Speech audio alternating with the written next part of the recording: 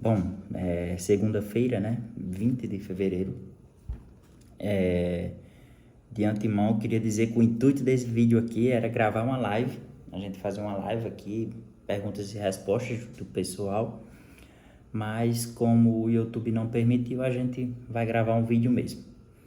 E o intuito desse vídeo aqui é a gente comentar hoje sobre algumas ações que vem acontecendo no STJ, sobre precatórios federais, comuns alimentares, PEC, orçamento federal, né? Como é que vai ficar o pagamento para esse ano.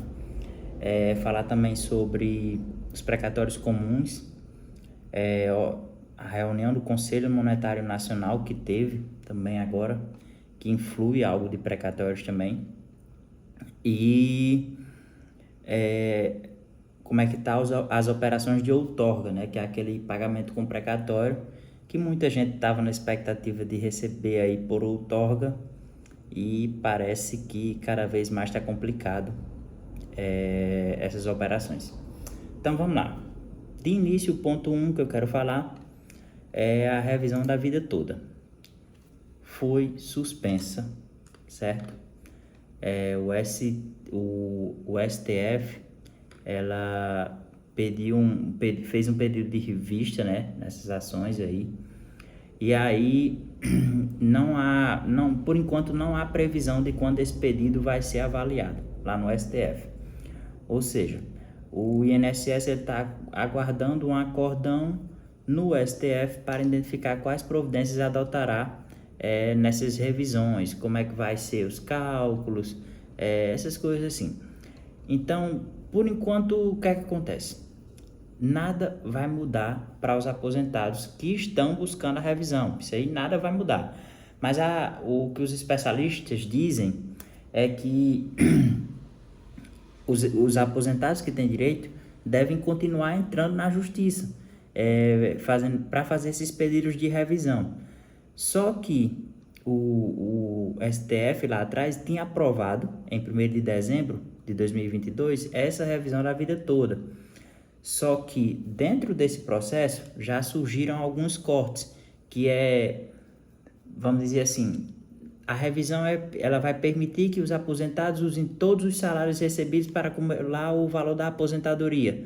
Só que o STF, ao mesmo tempo, diz que tem que se encaixar dentro do limite permitido do orçamento daquelas PEC que foi definido lá no governo de Michel Temer.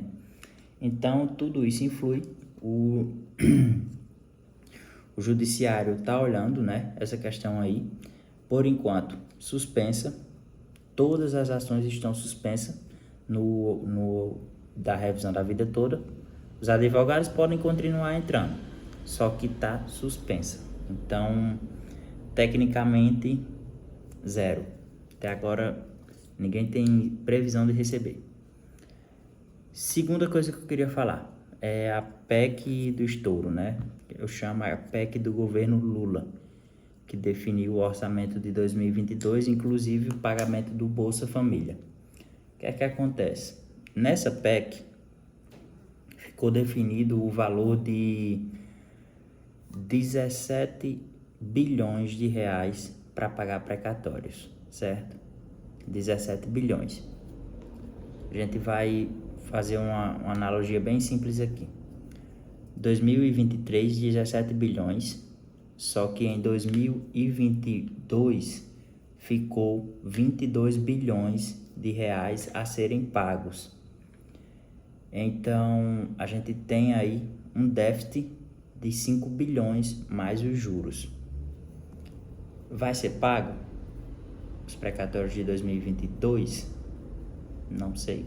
Vai ser pago os de 2023? Não. Por quê? Porque os precatórios de 2023, o limite já passa de 40 bilhões de reais, os orçados. Só que a gente só tem um orçamento de 17 bilhões. E os TRFs, eles pagaram agora 427 milhões. Cada TRF 4 pagou, TRF 5. E agora criaram um novo TRF que é o 6, né? Então todos eles estão pagando o RPVs, 427. Se eu faço 6 vezes 4, dá 2,4 bilhões, mês a mês, certo? Tecnicamente, nessa matemática aí, não vai ter dinheiro para pagar nem os precatórios, nem os RPVs direito. Então, RPVs, precatórios alimentares e precatórios comuns tendem a não ser pago também em 2026, 2023. E o montante de 2022 também esquece, principalmente os comuns. Qual a chave que o pessoal estava buscando? Era fazer operações de outorga, né? Pagar dívidas, comprar imóveis da União, tudo isso com os precatórios. O que é que a AGU disse agora? A Advocacia Geral da União. Eu não aceito precatórios que tenham tutela, que a maioria das ações do INSS tem tutela de pessoas. Eu não aceito precatório de desapropriação, que tem uma ADI, né, uma ação direta de inconstitucionalidade lá no STF, que discute juros.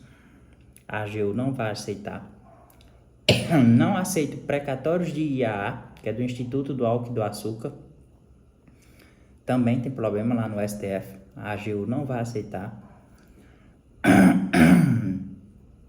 E não aceita precatórios de INCRA, certo? Então, assim, para a gente entender, esses 3 tipos de ações, desapropriação, INCRA e IAA, são os 3 tipos de ações que tem valor, vamos dizer assim. Um processo de desapropriação pode chegar a 200, 300 milhões de reais. Esse precatório, quando ele sai da fila, ele adianta bastante valor para pagar precatório alimentar e RPVs, certo? Então ficou precatórios tributários de empresas, que discute teses de PIS, COFINS, essas coisas do tipo. E IPI. Mas teve um julgamento, o primeiro julgamento do STJ, na sessão agora em 2023, foi suspender um montante de ações de IPI que esse montante foi 3,5 bilhões de reais. Então vamos lá, a gente suspendeu as ações de IPI, isso que categoricamente iria originar precatórios tributários, que é o que a AGU aceita. E aí iria ajudar a tirar esses precatórios da fila e pagar mais RPVs. Então a gente só tem 17 bilhões de reais. Se tem esse monte de ação de desapropriação, ações comuns, IAA, INCRA, que está na fila, e a gente mistura com alimentares e RPVs, tecnicamente o dinheiro some. Não dá para pagar todo mundo. A expectativa era que a AGU aceite esses precatórios agora em outorga, né? Para que o volume diminua. Vamos dizer assim, o volume diminua. O que é que acontece? Se a AGU também não está aceitando esses precatórios, significa que a fila aumenta cada vez mais, a bola de neve. Se a bola de neve aumenta cada vez mais, o governo não tem condições de pagar. Então, vai chegar num ponto que vai estourar tudo isso. O que é que os economistas dizem? Que em 2026 será necessário uma PEC, né? Uma PEC para pagar precatórios de orçamento fiscal no montante de 530 bilhões de reais. Ou seja, os precatórios comuns hoje devem ser pagos em 2026 com uma PEC que gere um rombo fiscal de 530 bilhões de reais, somente para pagar precatório. O que é que eu acho disso? Impossível. Porque uma PEC desse tamanho, a taxa de juros iria lá para cima, rombo fiscal, déficit, tudo. Então, eu, tecnicamente, como pessoa, e pelo pouco de economia que eu entendo, acho que isso é impossível. Acho que é impossível de pagar. Então é isso, ó. RPVs, TRF está pagando 427 milhões por mês, alguns TRFs. Isso vai gerar aí uma demanda, né? E que vai impactar nos 17 bilhões que tem para esse ano, para pagar. E os 22 bilhões que ficou do ano passado, esquece, está na fila, deve entrar em operação de outorga ou em parcelamento que a gente não sabe como é pago. Essa semana também teve a reunião do Conselho Monetário Nacional, do CMN, né, que chamam lá. O que é que a gente esperava? Que o ministro Haddad e o pessoal do Banco Central, o ministro Haddad, juntamente com os técnicos lá, apresentassem uma âncora fiscal para esse ano.